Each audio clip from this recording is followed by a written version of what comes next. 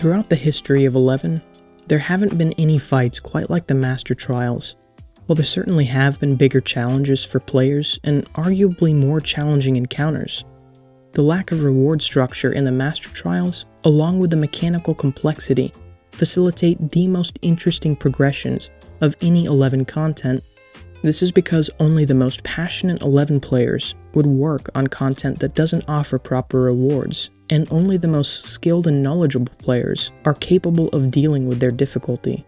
While I'd like to detail what progression was like on each of these encounters, in this video, I'd like to examine a much forgotten attribute of these encounters, and that is the lore behind them. What many players may not realize is that each of these encounters gives players the opportunity to face some of the most powerful groups to exist in Vana'diel history, groups that we never got the opportunity to face in the story. We'll be going over every Master Trial released as of the writing of this script, which includes everything between Black and White and Wing of War.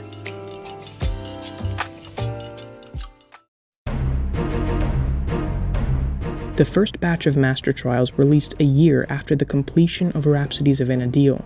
The first in this batch was Black and White. For Black and White, players are pitted against Odin, Alexander, and the 9 Einherjar Valkyries. These are characters in the third expansion, Treasures of Atargan.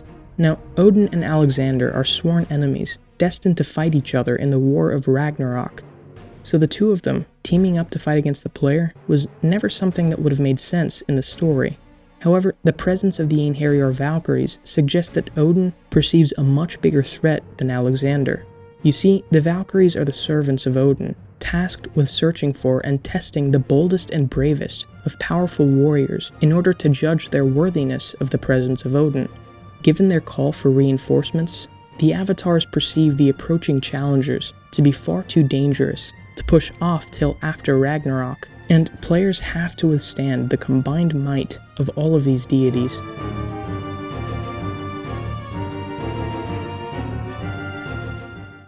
In terms of in-game, Alexander was pretty much the avatar or the guardian of Atargan. Well, Azadal. The Azadal undersea ruins that you go into is basically the former shell of Alexander. So whenever you're in Nazir Isle, you are actually inside Alexander's former husk.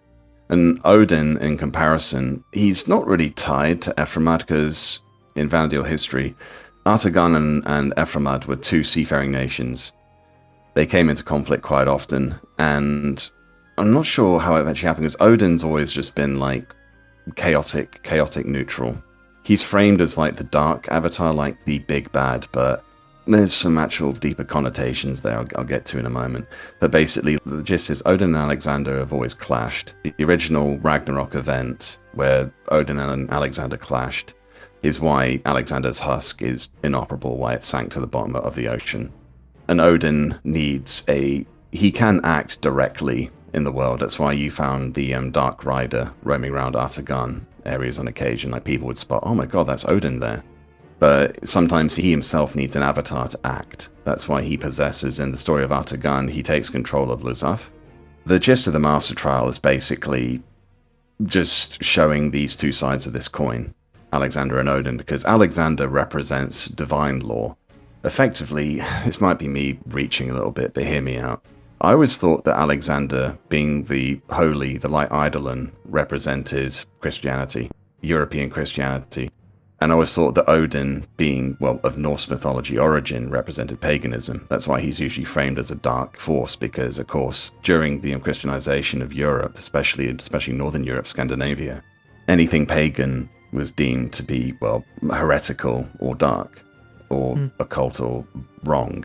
So I think that's where it comes from, because Odin was never the paragon of moral virtue in Norse mythology. The Norse gods are massively flawed, like the Greeks, but I think that's why their appeal has stood the test of time and still exists. Heck, I think that God of War did a really good interpretation of Odin. If you ever play God of War, if people are listening have played God of War, it's like this very cunning manipulator. His dark reputation isn't totally unwarranted, but it is a bit unfair, because especially if you play through the Voracious Resurgence storyline, you realize that Odin is actually serving a purpose. And even in Wings of the Goddess, he serves a purpose. It's like, yeah, he's basically the means that people actually can embrace characters in Vana'diel, people in Vana'diel can embrace their real potential by basically giving in to passion, really. It's also interesting because Rhapsodies of Vana'diel really laid a lot of the groundwork for the Voracious Resurgence, because it showed without kind of a balance between the forces of light and darkness, then essentially the world topples into, it's not the emptiness, because that's again darkness, but it topples into the void. I remember playing through all of the expansions back to back. I was constantly asking myself, I wonder why they're using Odin between Treasures of Atargan and Wings of the Goddess. And even Hades is mentioned in Treasures of Atargan in passing. That somewhat set up for an expansion they wrote many, many years later. Long story short, however, in the Voracious Resurgence, it really does show that Odin was playing not necessarily even an evil role, but a role that was necessary if Vana'diel was to continue on, you know? Yeah.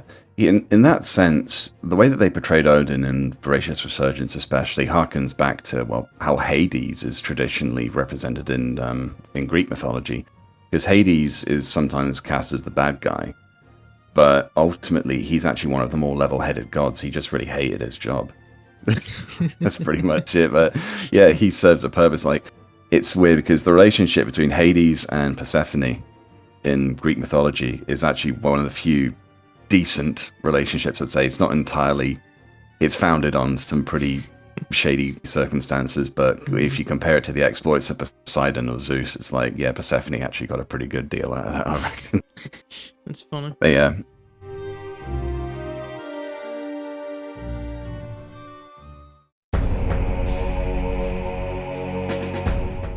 Years prior to the beginning of the game, the Great Conflict, called the Crystal War, ravaged the lands. On one side of the conflict were the four Middleland nations, being Sandoria, Bastok, Windurst, and Juno. The opposing forces were the Yugudo, the Orc, and the Quadav forces, unified under the leadership of the Shadow Lord. In the second Master Trial, the player is pitted against the Shadow Lord along with all three leaders of the Beastman armies, being Seziku the Manifest, Blood-Crowned Broodhood, and Zada the Adamant King. It's important to remember that each of these Beastman leaders are certainly no pushovers in their own right. This could be seen in the final battle between the Yagudo forces and the Windurst Federation. Kuraha Baruha performed a complete summoning of Fenrir, pulling the full power of the Moon Guardian to fight for them. While Fenrir's power was enough to completely decimate the Yagudo's entire army, Seziku was able to evade and fend off Fenrir long enough for the power of the complete summoning to begin to wane, a feat that very few characters in the lore of 11 would have been able to manage. And Seziku is only just a single Beastman king among the three that must be faced along with the Shadow Lord. Unafraid the Dark is unmistakably, it's all of the Beastman generals and the Shadow Lord. So you have the Manifest, the Yagudo Manifest, you have the Adamant King, you have the Orcish Warlord. It's basically just as if you were going, it's like your crew is going up against the commanders of the Beastman army. If there was like a true final boss of Wings of the Goddess that doesn't involve like the Divine or Lilith, then it would have been that.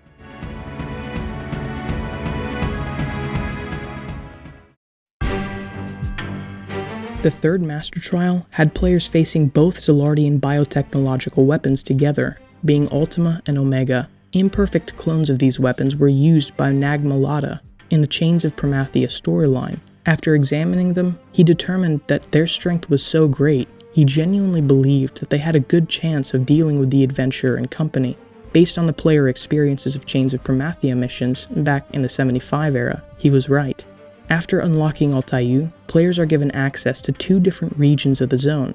Temenus, also known as the Alpat Obelisk, was the edifice that the Zilart used as a mausoleum for their dead, and it is where players could fight an ancient prototype of Ultima.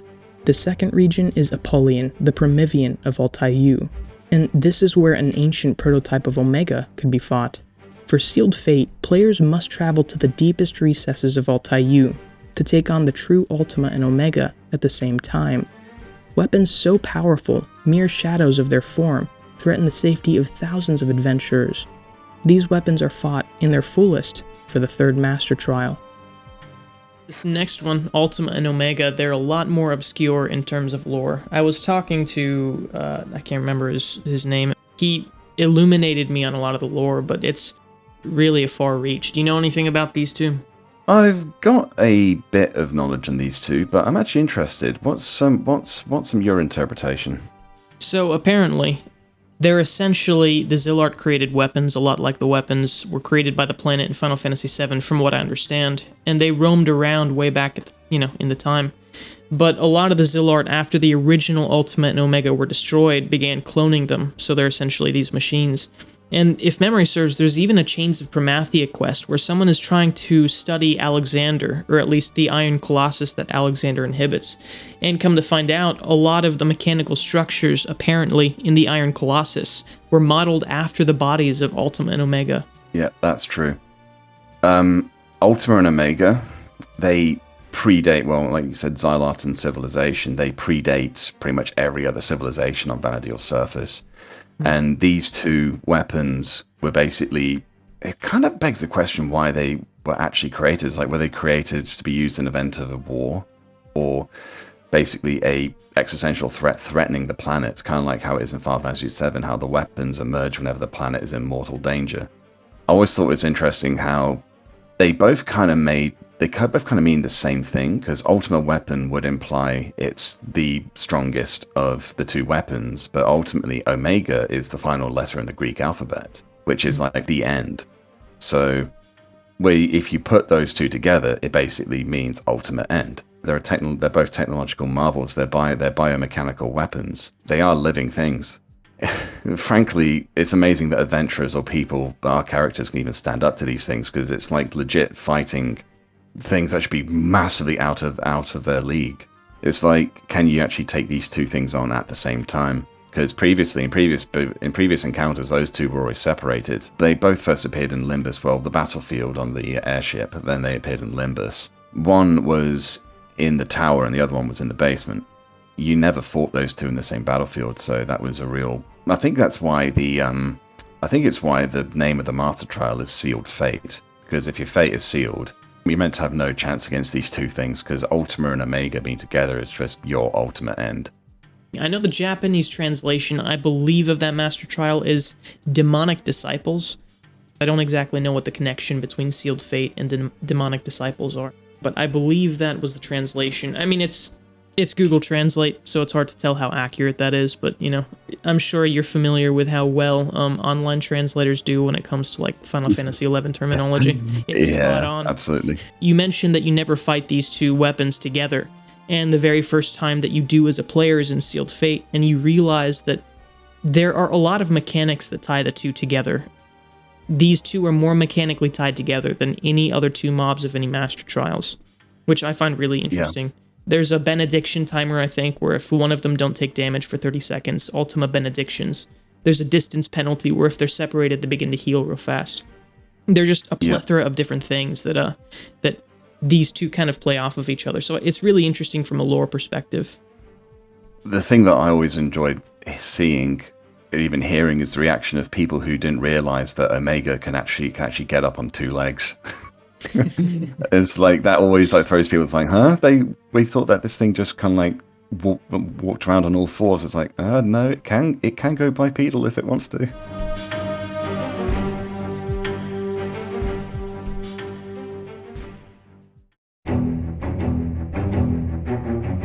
For the next Master Trial, it had players fighting all of the heroines throughout all of the expansions. It shouldn't be any surprise that all those the adventurer has fought alongside throughout the course of the story would be quite the formidable team if all summoned together. This particular Master Trial released several years after the initial batch, and it marked the last Master Trial released for Rhapsodies of Vana'diel. This is basically every companion that you've had in all the expansion storylines, which incidentally have always been women. Just basically throwing down a gauntlet to you and seeing if you can fight them all at the same time as well. So in Rise of the Xylat, of course, it was Lion, who was effectively the player's companion. Chains of Promathia was Prish. Artagan was Nashmira. Wings of the Goddess, Lilithset, and Seekers of Adeline, Arcelia. And of course, Rhapsodies of Vana'diel was Iroha. So it's basically you just squaring off against effectively the people who canonically your character has basically been training and basically helping them develop. So it's kind of like another test of, you've been by our side for all these adventures, but can you really take us all on? Yeah, one interesting thing I find about that encounter too is there's a cutscene in Rhapsodies of Vana'diel where I don't know who summons them exactly, but they're actual trusts. You know, everyone except for Aroha is there. And it's also established kind of in lore that you, the player character, are the one who trains Aroha. And coincidentally, the very first time in Letter from Reisenjima, you beat your student. She decides to summon all of the trusts that helped both of you defeat, the Cloud of Darkness the first time.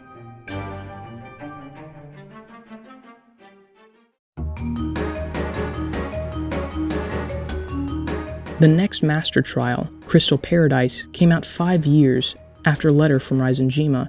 It marked the first Master Trial of the Voracious Resurgence, and it certainly did not disappoint. This Master Trial includes pretty much all of the most iconic villains of the game, and it puts them into one encounter. The reason these villains are so beloved is because they're all from the first expansion, Rise of the Zilart, which was included in the North American launch, giving these villains far more exposure than any other villains in the game. These villains are the 5 Archangels, the 2 Zilart Princes, and all of the various mobs they summon. The Archangels. The Archangels that are meant to represent the worst vices of all of the races of Vana'diel. Well, they're actually the first. If you play the game and the game story in chronological order, they're the first real major threats. I mean, you've got the Xylart brothers, but they ultimately direct the Archangels. They all represent the worst traits of the races, as like the Humes is apathy, the Elvan is arrogance, Galka is rage, Tarataru is cowardice, and Mithra is lust, I think. Envy, that's it. But that was kind of odd because you fight them all together in BC's way back in 75 cap, but the Xylart brothers, them being involved as well. It is interesting because even talking to a lot of players who aren't involved in the Master Trials, and even newer players, it seems like the Archangels stick out in people's mind way more than like some of the newer lore, perhaps from Wings of the Goddess or Seekers of Adoulin. I find it interesting that so many people appreciated that lore behind the Master Trial. Yeah, people tend to remember the really formative experiences, like the 75 era was a very different time.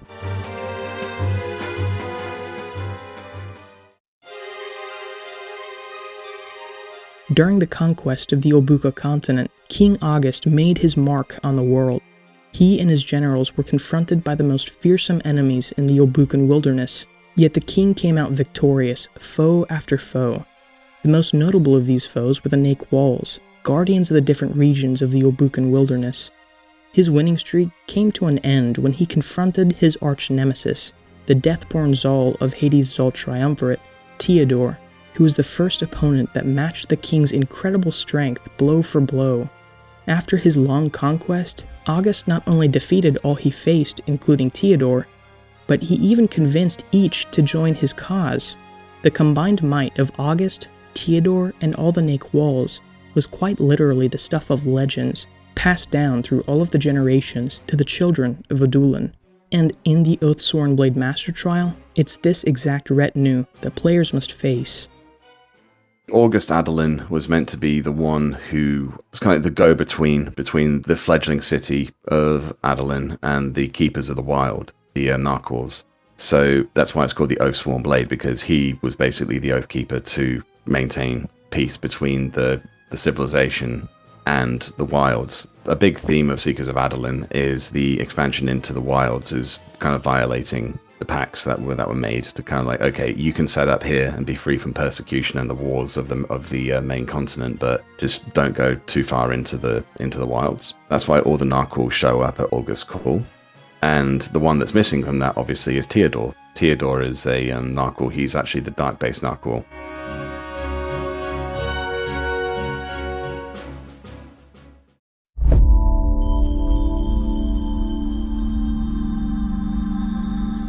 Throughout the history of Vana'diel, there were 2 times that deities directly waged war against the children of Promathia.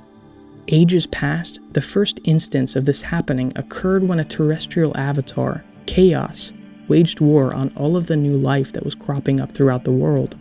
Chaos, being created by consuming energy from one of the very sources of magic itself, was so immensely powerful that he alone threatened all of the life in Vana'diel.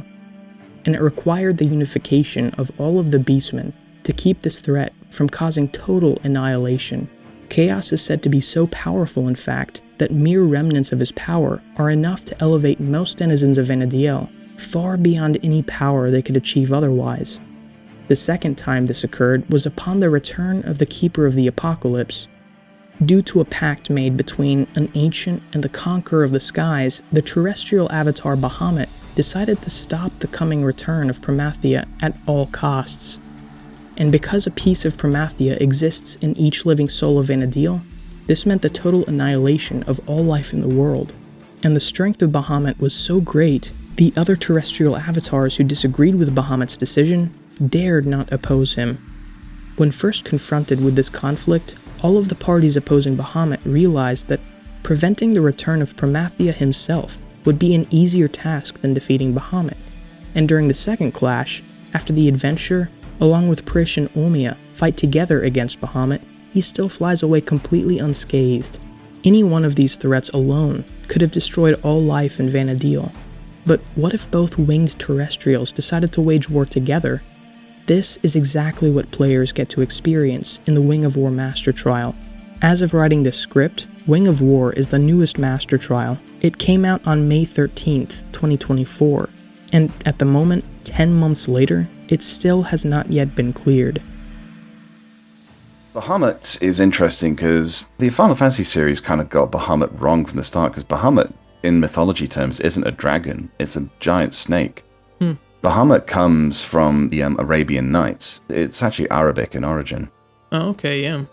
But it's not the only thing they've gotten wrong. Like Jormungandr, the dragon Jormungandr is famously the world serpent in Norse mythology, so it's not the first time they've done that. This is kind of weird. But yeah, Bahamut, I always thought it was weird how they made Chaos basically an interpretation of Bahamut, because Bahamut is, well, the Lord of the Dragons. He's meant to show up, kind of like how the weapons show up in Final Fantasy VII, going back to Final Fantasy VII again. Whenever there's like, well, in our timeline, it was the emptiness encroaching that caused Bahamut to emerge. And Chaos, I always struggled with this one, because Chaos has appeared in a few other Final Fantasy games as an entity. Most infamously, the one where it was Jack Garland. Oh yeah, I keep blanking on the name of it. Yep. Strangers of Paradise, that's it, yeah. I thought that it seemed to come out of really nowhere in that storyline. So I always thought that like the big bad of Voracious Treasures, and I guess it was that Taru sorcerer, they just had to give it a physical form, and I guess the physical form they gave it was basically the harbinger of the destruction of the world, which is Bahamut. It's meant to raise the planet, which incidentally is something which they also used in Final Fantasy XIV. That was also the origin or the purpose of Bahamut in Arabian mythology. It was basically a world ender. And Jormungandr, again, when Jormungandr in Norse mythology uncoils, the world ends because the world starts falling apart. Very interesting. Yeah. I need to actually correct myself. Bahamut is sometimes portrayed as a fish. In Arabian mythology, either a giant fish or a giant sea serpent. It differs depending on the interpretation. Just figured I'd throw that out there before someone's like, "Hey."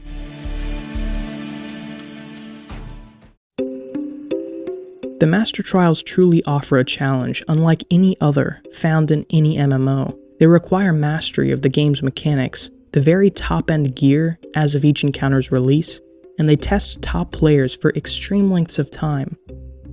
The story behind each of the world-first clears of the Master Trials are some of the most fascinating events in the history of 11, but these stories haven't been properly preserved. Before the world-first clears of these Master Trials are lost to time, I'd like to explore each encounter, the mechanics they include, and the way the best players in 11 were able to overcome these hurdles. In the following video essays, I ask that you join me as I go back to explore the world-first clears of 11's Master Trials. I wanted to thank Ruaumoko for dusting off his microphone and gifting the 11 community once more with 11 lore that he's so knowledgeable about. And for those who don't know who Ruaumoko is, he probably has the best YouTube channel on 11. I strongly recommend checking his channel out, and I feel really honored that he would help me on this project. Thank you for all of the help in this video.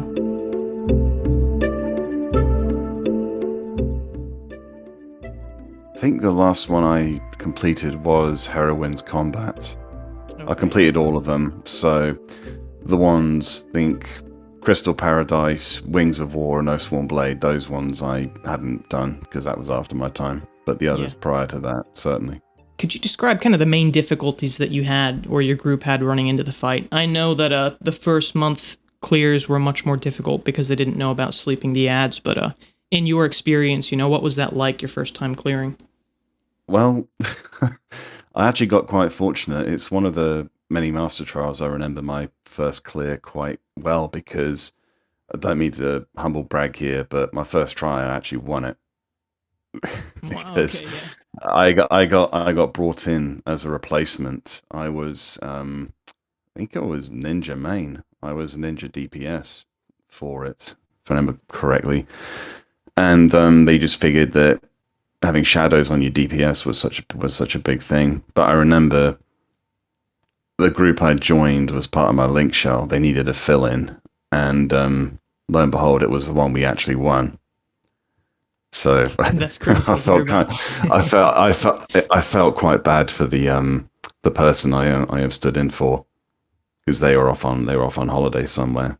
And then, of course, all the messages in the Discord channel started coming through. Then he was like, "Oh, you guys have to be kidding me!" It's like, well, no, I wish I was, but lo and behold. But I just remember that they hit insanely hard, and I think it was Lion was the one that did the dispel. I think a few of them had dispels. That's why the shadows were so important. Okay. Yeah, it looks like here on the notes, the Lion's the one who did the dispel. Wow, my memory's something.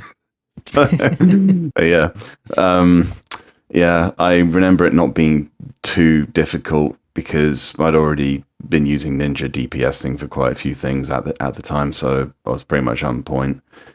And yeah, I just remember the Bard almost sounded like they were flipping hyperventilating at points because they were just very worried about them waking up. But yeah, my distinct memory of Heroine's Combat was just how simple it seemed compared to the others. The one which really gave me trouble was Sealed Fate. Yeah, that one was difficult. Answer. So, do you remember any of the struggles that the group that you joined was having? Anything kind of, I guess, bottlenecks that they're having within the fight? Were they struggling keeping the ads asleep or something? It was actually having enough DPS to actually take out the ads before, actually meeting the DPS check before the ads began waking up. Because most DPS, the reason that we went with the Ninja DPS is that you could go absolutely full pelt in a DPS set for really quick weapon skills, and you had hybrids, you had different answers for resistances. And I didn't have to go into a turtle or even a hybrid build for DPSing because the shadows and Migawari were protecting me. I just distinctly remember there was a Corsair in there, there was a Bard, me on Ninja. I seem to recall the healer was a red mage, I think. Because if people were on shadows, or the tank was definitely a rune.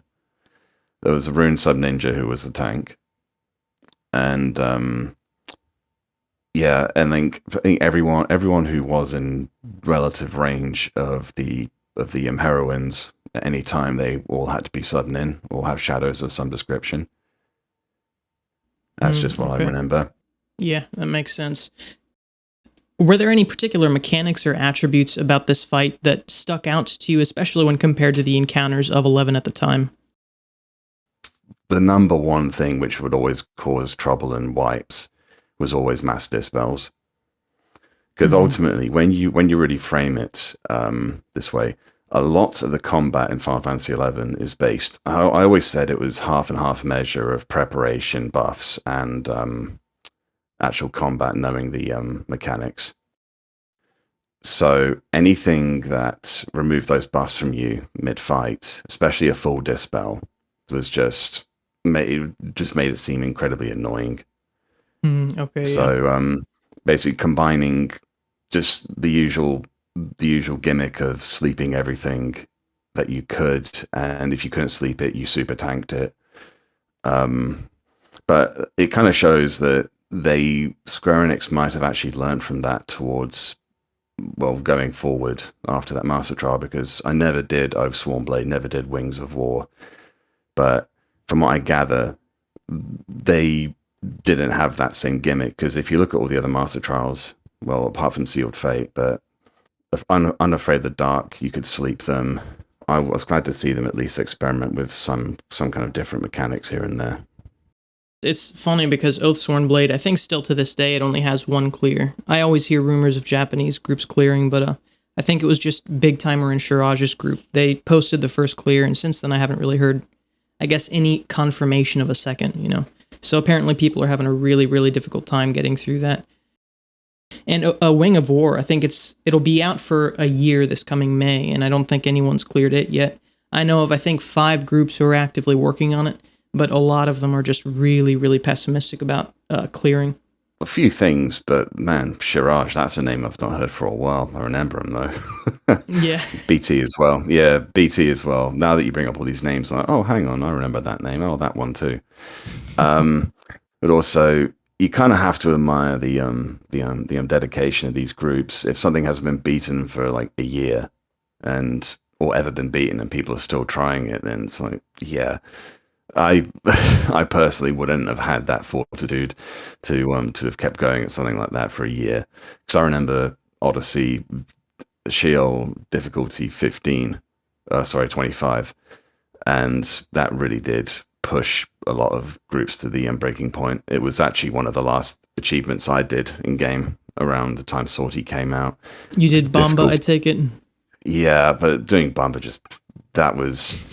I've got some thoughts on that, but it would be a bit of a tangent off the current topic. If you don't, we could go into it if you want, or yeah, definitely. So, in your mind, why is an encounter design like Bamba V25 worse than, I guess, the older Master Trials, just in terms of player challenge? 3 letters, RNG. Yeah, there was so much nonsense. And excuse my language, absolute bullshit that was involved in that Bamba fight. So much determined whether or not you came close to winning or succeeding. It depended on what ad spawned, what the resistance was, what phase it was in, and then the auras. What got me? It always struck me as fundamentally lazy design. How you could have the absolute best group with perfect voice comms, great gear, everything's on point, the plan is perfect laid out, and then all of a sudden the RNG goes, oh no, you want to kill this with Nocta Helix 2 and Kalstra? Well, too bad. Magic attack down aura, you lose. And when you spend ages planning and getting set up, and just for that to happen was so insulting. Yeah, that's why Ongo V25 was, well, the 2 hardest ones I thought were Ongo and Arabati. Easily. Okay, yeah. Yeah, but Bamba was just the straw that broke the camel's back for me. When that was done, I'm just like, yeah, if someone needs like a scholar for some of the difficult fights like Ongo or some of the Magic Burst ones, then fair enough, I would help them out. But after that, I was just checked out, frankly. And once you cleared Bamba, because this was before Prime Weapons came out properly. After Bamba was done, I looked around, just like, nah, I'm kind of done here. Yeah, that's completely understandable. I've heard a sentiment, a lot of people were saying that it's unreasonable for Oathsworn Blade and Wing of War to be as difficult as they are, and then for them to turn around and not reward anything serious. But like, if they rewarded a 6th ultimate weapon and they required you to clear the newest Master Trials, I don't know how the player base would take it, especially in light of what happened with like Ammonon and Bamba especially. What are your thoughts on that? Do you think some of the Master Trials ought to reward something like a new tier of gear? I always thought they should have rewarded, well, you can't put you can't give them job points, obviously, because they're Master Trials, but they should have definitely had some tangible reward for the actual effort rather than just showpiece items. I mean, some of them look quite flash. I mean, the FL on Knuckles from Sealed Fate was my when Taco Munch did the artwork for my character. I've got the pictures on my lappy somewhere. I'll send them afterwards. Yeah, that'd be great. Yeah, yeah. He asked what was my favorite lock style, so I sent a few screenshots, and one of them was Monk using the Athlon knuckles, and he's like, "Oh, that's actually a nice design." Mm-hmm. So they certainly had their they had they had their nice parts, but overall, I think it was just something for people to do to really prove their mastery. Hence the name Master Trial. It's like, how well do you really know your job? Because anyone could have just burned a job to job master, but do you actually know how to use this job properly? Yeah, That that makes sense. I always felt that was the implied meaning of the Master Trials, but. Hmm. Honestly, this is going to sound a bit pessimistic of me, but I think that the Oathsworn Blade and Wings of War being as difficult as they are, I think that's intentional on Square Enix's part because it Really? keeps the hardcore. Yeah, hear me out. I'm playing maybe a bit of devil's advocate here, but it's largely something to keep players subbed and actually aiming towards something because you kind of have to figure that when these groups finally do beat these master trials and they've officially 100% clocked the game, because well, we're gamers, we know that a big draw to games is to 100% complete it, and you can't say you've 100% completed a game until you've done the highest tier of content possibly available. Yeah. Because technically I didn't even 100% complete the game because I left before these last two master trials came out. So I'm sitting at probably like 95% completion or something. When are you coming back? I think that my time has come and gone ultimately. Although I do still respond to comments on my YouTube videos, like even like on my phone last night when I was on my phone last night, I get YouTube notifications on my videos, and there was someone who commented on my Puppet Master video, which is like 7 years old now.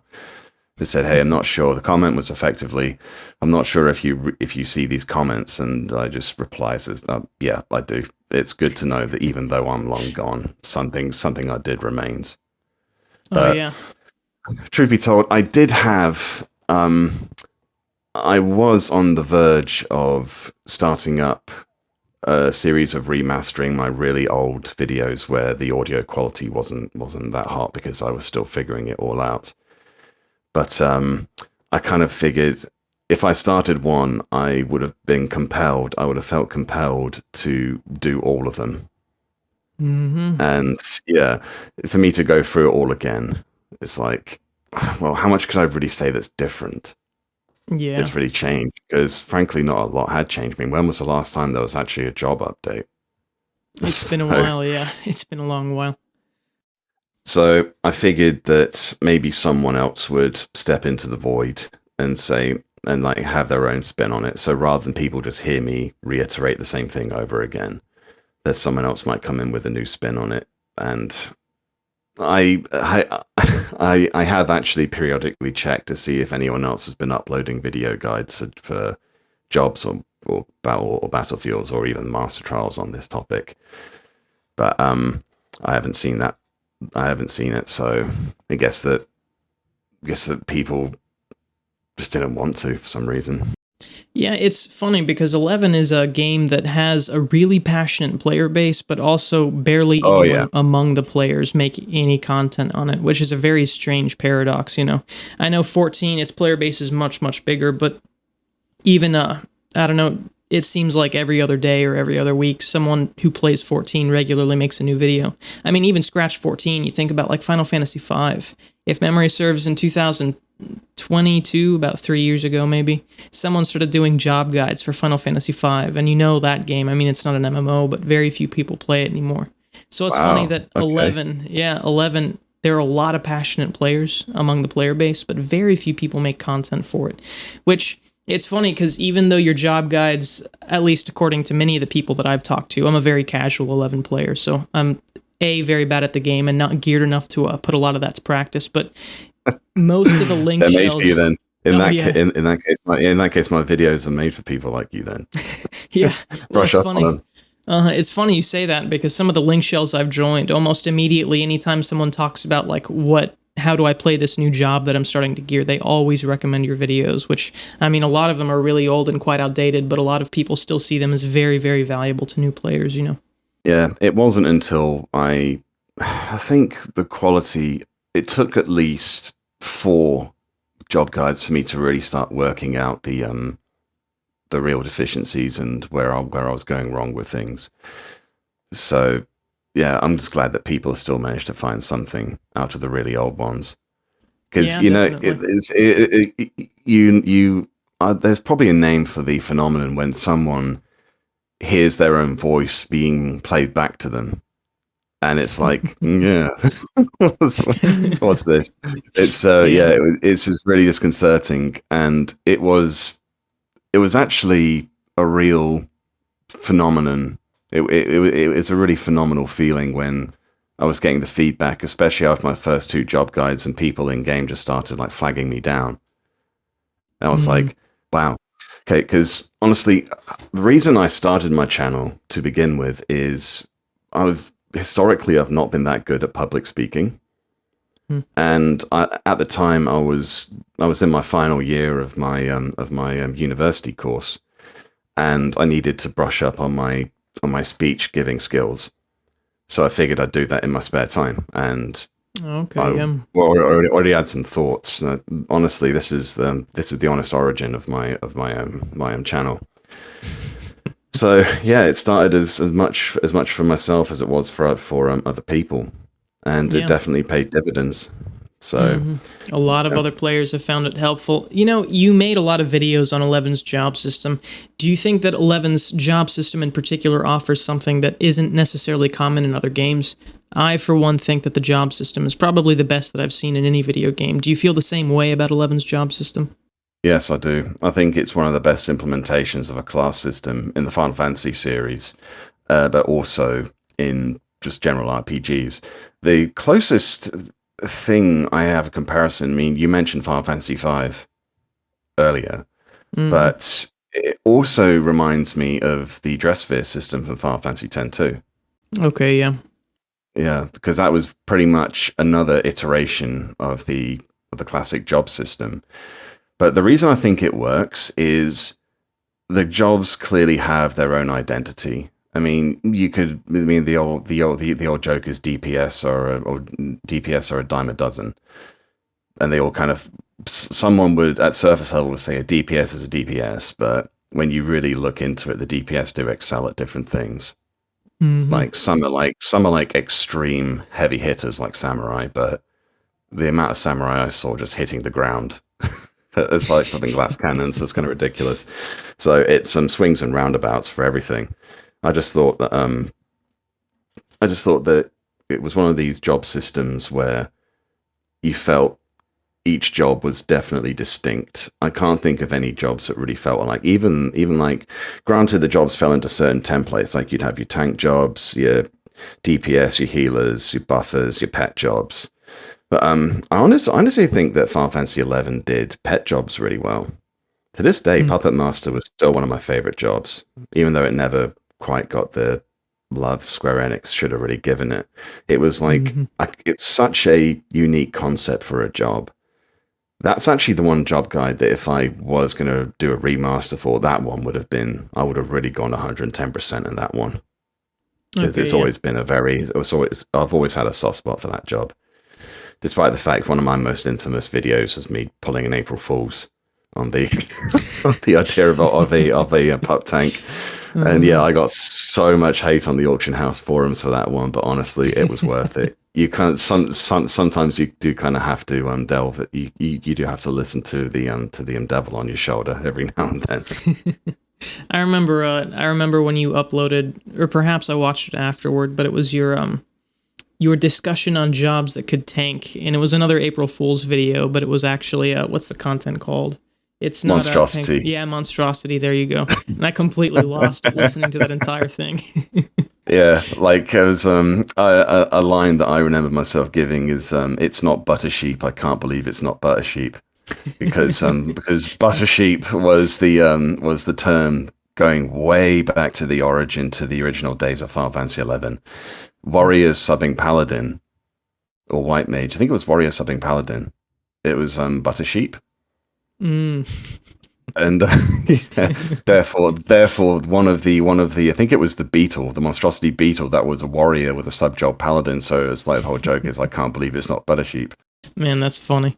Yeah, that's really hilarious. It's also funny because you mentioned recognizing some of the names of people who cleared Oathsworn Blade. I was in a conversation and someone brought your name up for whatever reason. I think they were talking about Unafraid of the Dark, and you have a video with Shiraj on that. Yep. He said that the reason you quit Bomba V25 made you lose your mind. Yeah, he's right. But yeah, I do have very fond memories. I remember a lot of the people I used to play with. Just off the top of my head, not sure if they're listening to this right now, but if they are, shout out. Shiraj, obviously, Big Timer, Mopar, King Galka, Zixa, Sakare, Smash Prime, Zeta King, Savell, Charm Ghost. Oh, I remember you. Absolutely. I think most people on Azura remember this fella.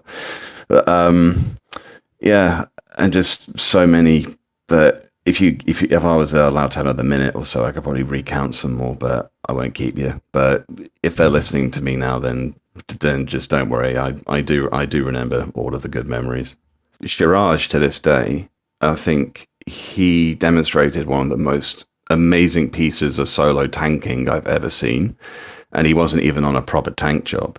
If you watch back, I think it actually features on that Unafraid of the Dark Master Trial video that's still on my channel. I think Shiraj is in that. Mm-hmm. He solo tanks Shadow Lord without a healer on Monk for like the entire fight and doesn't die. I'm just like, that's absolutely astounding how he's done that. Yeah, I remember that's actually one of the times I just stood back and I just leaned back in my chair. I'm like, well, okay, that's impressive. I saw your guide on Unafraid of the Dark, and one thing that I noticed almost immediately, something that I couldn't look away from, was what Shiraj was doing with the Shadow Lord. Really, really incredible. Like, yeah, he didn't need any healing whatsoever, just counter stance, shadows, penance to keep the TP gain down, plague with Shijin Spiral. It just goes to show how much of an impact, how much of an impression that made. I do remember exactly what he was doing. And lo and behold, I did it myself in a subsequent master trial, helping other people get the win. I'm just like, okay, dude, why weren't you making videos? Like, seriously. Yeah, he's an absolutely incredible player. Speaking of some of the older master trials, some people complain about some of the RNG factors in those. I remember Black and White, one thing that caused some of the first groups a lot of heartache during the prog in that fight was the fact that sometimes there was an enmity reset that they really couldn't control for. What made something like RNG in those encounters not as bad than, say, Bomba V25 or some of the V25 encounters in general? This is primarily, hopefully, targeted towards a lot of people who don't know a lot about these encounters. So can you just talk about like the difference between what RNG plays to in the older Master Trials versus some of the Odyssey stuff? Well, the main distinction I'd make between the RNG in the old battles and especially with Odyssey was that Bumba has a one-shot kill. And effectively denounces effectively a one-shot kill if he gets it off. Granted, Odin, in Black and White, Odin had Zantetsuken, but there was a way around it. You just had to have re-raise up. I remember that you had to take a mountain of re-raise items for that fight, because Odin would use it at certain percentages, so you knew when it was coming, so it wasn't technically RNG. But I don't think RNG was too bad on the early Master Trials. It only got really bad, I think, with Heroine's combat. Because like you could get a partial resist, even on like Nitro Lullaby. So I think that's when it got really bad. The first few Master Trials were genuine skill checks. There wasn't a whole lot of RNG involved. Like if you knew how to actually, if you like, for Unafraid the Dark's gimmick was you need to have a variety of weapon types. Like the Orc, you needed slashing damage for. The Quadav was blunt. The Yagudo was piercing damage. And yeah, Unafraid of the Dark was basically the Beastman commanders. Black and White was, of course, Alexander and Odin, those two always being in opposition to each other. There's some deeper lore implications there that actually actually reaches into the real world, I think, personally. Sealed Fate, I think that was the least RNG heavy one. I don't think RNG existed whatsoever in Sealed Fate, so it was just a straight fight between the two weapons. They didn't summon ads or anything, so that one was pretty tame. It was just you had like no margin for error whatsoever in Sealed Fate. So if you made one mistake, which I love that in a way because it reminded me of the old airship fight back in COP days when it was capped at level 60. I remember that very clearly. It's like, yeah, that was probably that was probably an intentional choice on Square Enix's part. But yeah, I think that as Square Enix might have realized, okay, people maybe they thought they were clearing the Master Trials a bit too easy, so they started adding more and more RNG. But RNG, I always thought, is a poor substitute for difficulty. It's artificial padding. It's the bland, unseasoned chicken of difficulty. If the wider community is still complaining about, oh, these are too difficult, like it's almost like Square Enix doesn't want this content being beaten. And I just think, have you guys completely forgotten Absolute Virtue? Yeah. like back in the day, that's like to this day, Absolute Virtue should stand the testament of time to like, oh, is Square Enix really that much? Are they really that big of a team of trolls? It's like that. Yes, that's literally a fight. It's literally a fight that whenever the community found a way to beat it, even if it was slightly cheese, whether it was Kraken Club Darks or scholars synchronizing Modus Veritas, that was a really clever one. I don't think Square Enix saw that one coming. But whenever there was a way that was found to beat it, it was deemed an exploit and it was patched. So let's see, for the letter from Reisenjima Master Trial in particular, do you think it was intentional that all of the ads were sleepable? Because I know that there was a really, really big push on several groups, both in Japan and, the English-speaking groups, who were trying to figure out a way to get through that particular Master Trial, and they didn't know that all of them could be consistently slept throughout the entire encounter.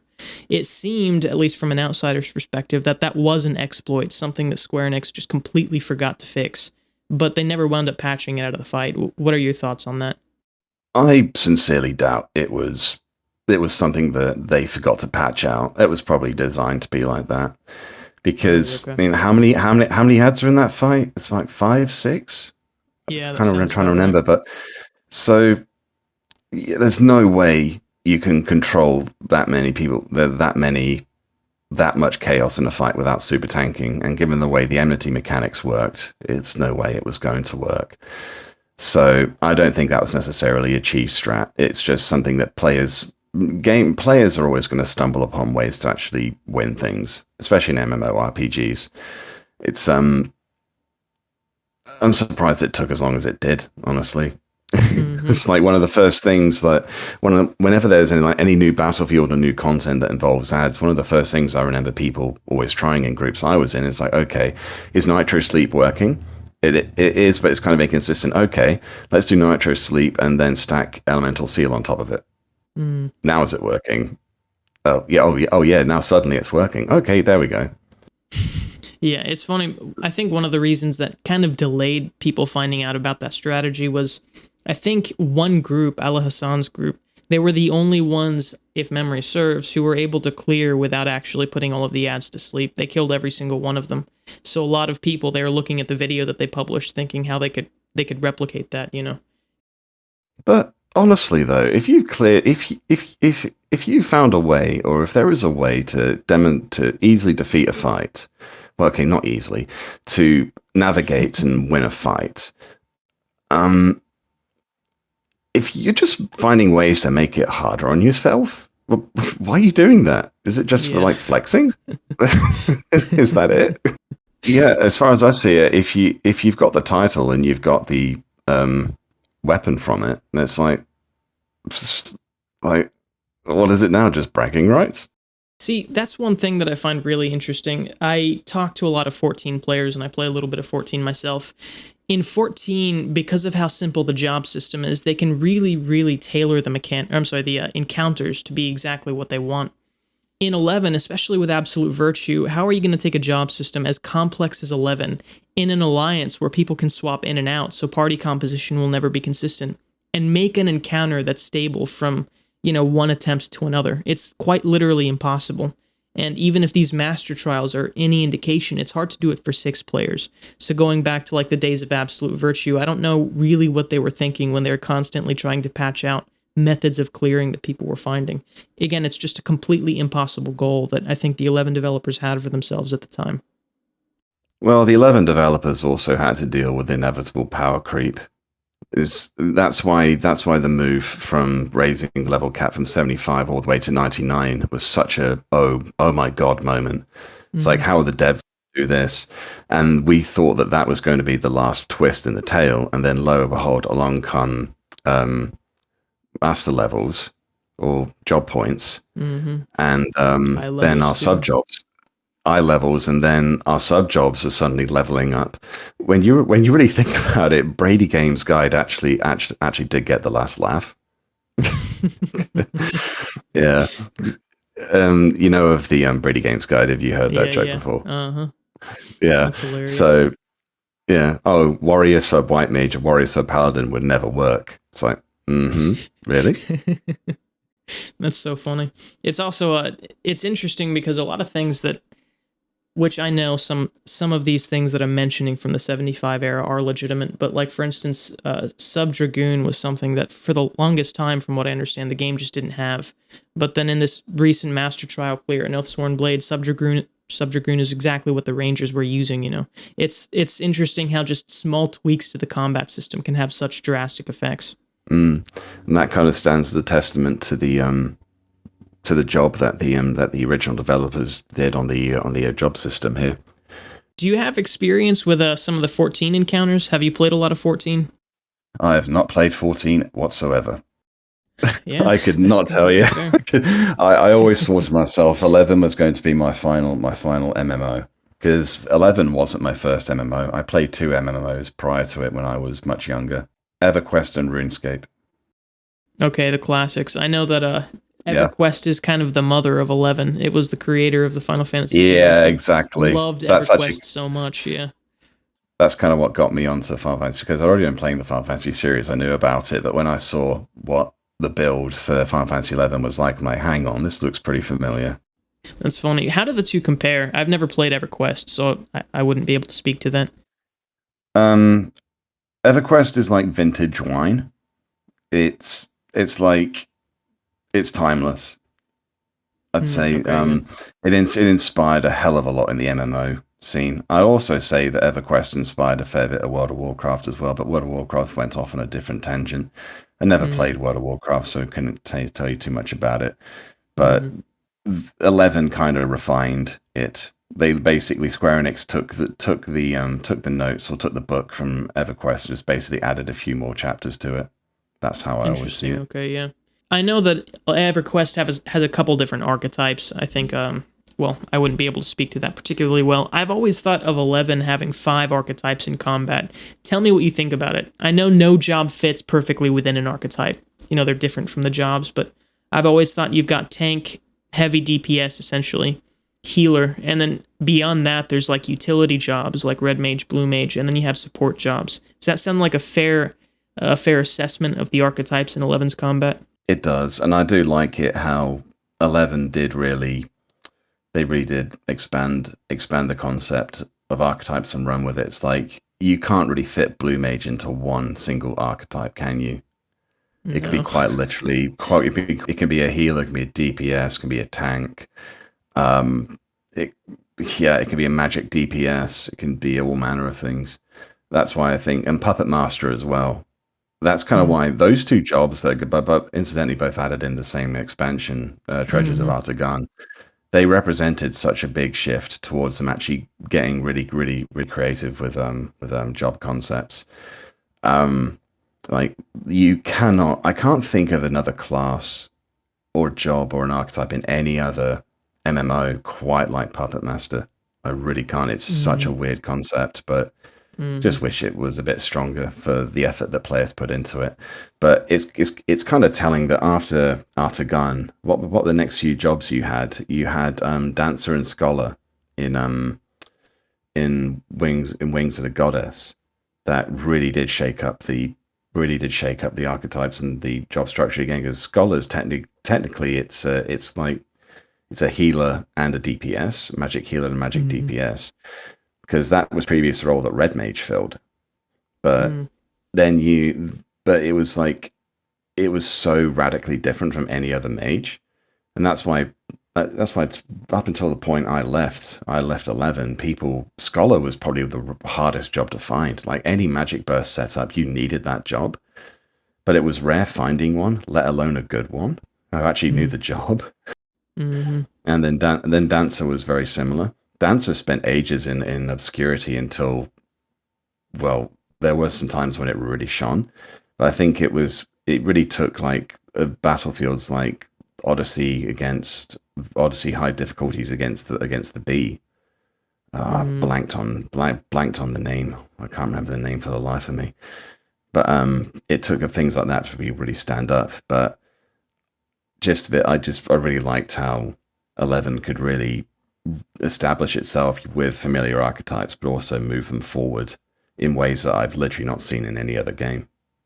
Scholar is a particularly interesting case to me because Shiraj, he says that one of the greatest inspirations that he has for learning, I guess, how to play jobs is Loot. Are you familiar with him, the Japanese player? Nah, I'm afraid not. It's not ringing any bells for me. So if memory serves, shortly after the content was added, maybe it was a year or two, but Loot was able to solo Warder of Courage on both Red Mage and Scholar. He's the modern day Avesta, essentially. I don't think any player has really touched his skill when it comes to solo content. He's just absolutely wild. Well, way back when Scholar wasn't very common, Loot was doing a lot of these crazy achievements on Scholar. It's interesting because, like, say, people from 14 will look at Scholar and assume that it's a healer archetype, but that job goes way deeper than just calling it a healer, you know? Yeah, Scholar had to fight for its reputation as a viable healer in 11, because it needed a really good player. It wasn't like with White Mage where you could just hit like a Curaga macro and instantly you have like a huge heal bomb. You had to like prepare strats in advance and like, okay, I'm anticipating a shitload of damage coming here, so let's just get set up and ready. But it was only when Curaga 3 became available from a slightly elevated level on a White Mage sub job that people were actually had like an easy response button, and it became a lot more approachable. I guess one final question. In general, which of the Master Trials that you've cleared is your favorite? Sealed Fate, because it took a lot of effort to win that one, and at the time when I cleared Sealed Fate, it was, well, the Oathsworn Blade of its time. People were struggling like crazy on that one. Because, like you said, they have like the distance mechanics, the benediction mechanics, so you have to beat the timer as well. It was just so many moving parts. So being part of a group, wasn't the first, far from it, but it was one I felt the most achievement from. Unafraid of the Dark absolutely steamrolled that one. Because I was quite fortunate, and when I cleared Unafraid of the Dark, we actually had stronger weapons that could be used. Like Warrior had a really strong club, finally, a DPS club, which meant it could actually wreck the flipping Quadav. The Shining One came out, so you could demolish the Yagudo as well. But yeah, I still think a Sealed Fate was probably my personal favorite win. This has been a pleasure doing this, man. It's A, really nice to meet you, and B, really cool to, I guess, talk about the game, even though you've largely retired from it. In the event that people who watch my videos still are listening to this, then don't be afraid to just leave a comment. And if you need me to, like, if you want to, like, reach out, then yeah, I will eventually reply. It's not like I see your comments and I just ignore them. I do care. I may be gone, but I do care about the work I left behind. Yeah, definitely. And like I say, it's deeply appreciated by a lot in the community. So that's awesome to hear.